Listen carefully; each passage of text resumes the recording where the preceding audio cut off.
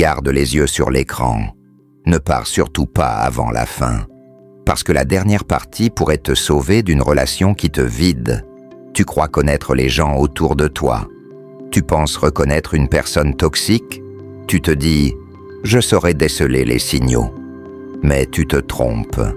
Les plus dangereux ne ressemblent pas à ce que tu imagines. Ils sont souvent charmants. Ils sont attentionnés.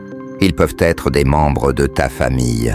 Ils peuvent être ton partenaire. Ils peuvent être ton collègue le plus proche.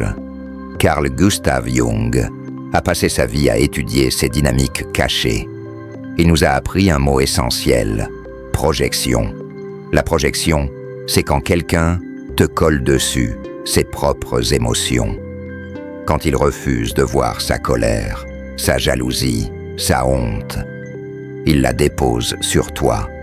Tu deviens alors son miroir. Tu deviens son ennemi imaginaire ou son héros sauveur. Peut-être que tu as déjà vécu ça. Après une conversation, tu te sens vidé. Tu doutes de toi. Tu t'excuses pour des choses que tu n'as pas faites. Tu te demandes si tu n'es pas fou ou trop sensible. Ce que tu ressens n'est pas une faiblesse. C'est souvent le signe que tu as été entraîné dans l'inconscient de quelqu'un d'autre.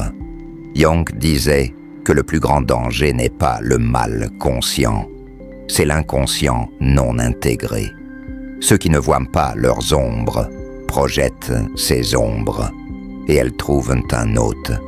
Aujourd'hui, je vais te dévoiler 6 profils, 6 types de personnes qui, selon Jung, sont émotionnellement dangereuses. Ils ne veulent pas forcément te nuire. Ils ne savent pas qu'ils détruisent. Et c'est pour cela qu'ils sont si efficaces. Écoute-les bien. Parce que reconnaître ces profils peut te sauver. Et surtout, écoute-toi. Tu pourrais aussi reconnaître un de ces profils en toi. La conscience commence par l'honnêteté. Profil numéro 1. L'inconscient manipulateur. Il ne complote pas consciemment. Il projette. Quand il était blessé, il accuse. Quand il est en colère, il dit que c'est de ta faute. Il fait de toi la cause de ses états. Histoire. Imagine une collègue qui se plaint sans cesse d'être incomprise. Tu t'impliques.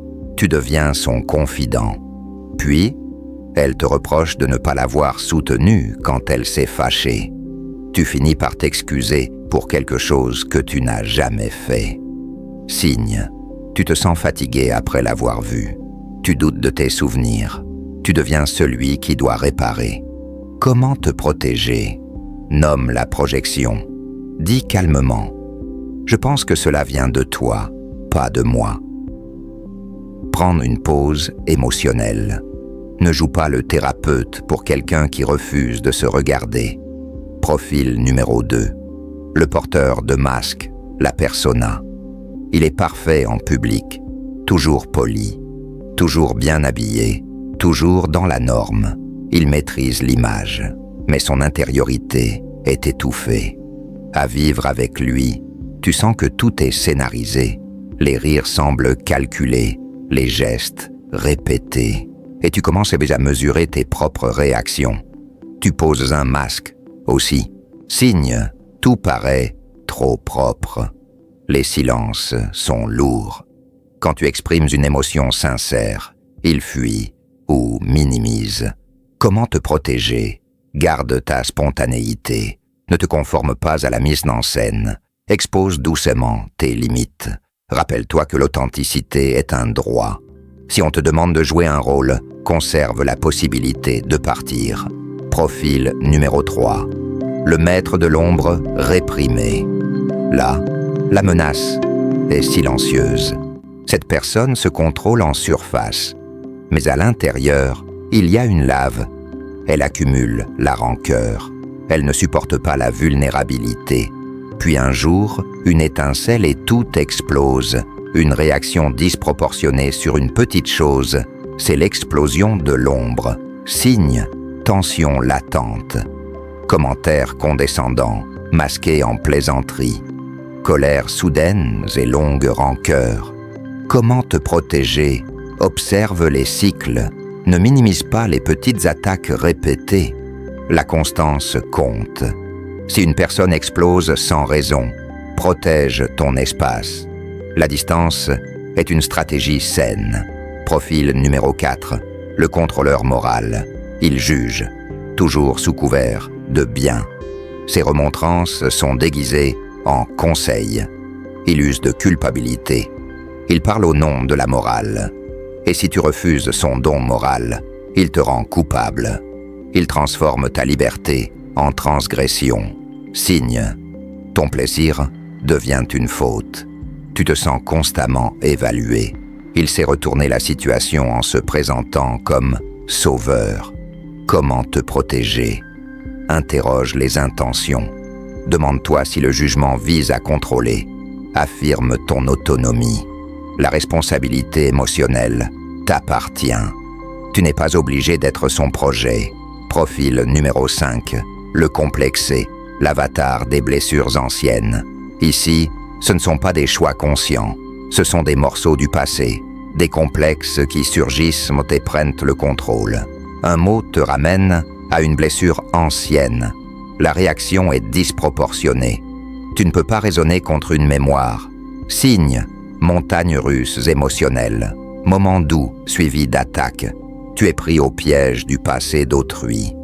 Comment te protéger? Reconnais la temporalité. Ce qui est exprimé n'est pas sur toi, c'est un écho. Pose des limites claires. Ne porte pas le rôle de réparateur de l'histoire d'un autre. Profil numéro 6, le vampire psychique. Il ne demande pas seulement ton attention. Il ne demande pas seulement ton temps. Il suce ton énergie. Chaque interaction te laisse vider. Il joue sur la dépendance. Il se montre needy. Et quand tu t'éloignes, il t'accuse. Signe, fatigue chronique quand tu es proche d'eux. Tu deviens anxieux quand tu n'es pas disponible. Tu as la sensation d'avoir perdu une part de toi. Comment te protéger? Limite l'accès. Planifie des pauses. Apprends à dire non sans te justifier. Ton énergie n'est pas un service gratuit. Maintenant, écoute ceci, la partie la plus difficile. Car oui, tu as sûrement rencontré ces profils, mais aussi, peut-être, tu en portes une part toi-même. Nous avons tous une ombre, nous avons tous projeté. La différence entre celui qui détruit et celui qui grandit, c'est la conscience. Admettre que tu as une part d'ombre, ce n'est pas se condamner, c'est s'ouvrir à la guérison. Quelques exercices concrets pour t'aider maintenant. Premier exercice, le test des sens. Après une interaction, demande-toi, cette émotion est-elle arrivée avant ou après la conversation? Si elle est arrivée avant, ce n'est pas la personne qui a créé ta réaction. C'est toi qui portes quelque chose. Deuxième exercice, le miroir de 3 questions. Quand tu sens la culpabilité te bouffer, pose-toi. Est-ce que c'est vrai? Est-ce que c'est utile? Est-ce que c'est à moi? 3 questions qui refroidissent la contagion émotionnelle. Troisième exercice, la pause physique. Quand la conversation devient toxique, lève-toi. Va mettre ton téléphone en mode avion. Respire pendant 2 minutes. Cela suffit souvent à couper l'alimentation émotionnelle. Quatrième point, dessine des frontières. Pas de négociation permanente.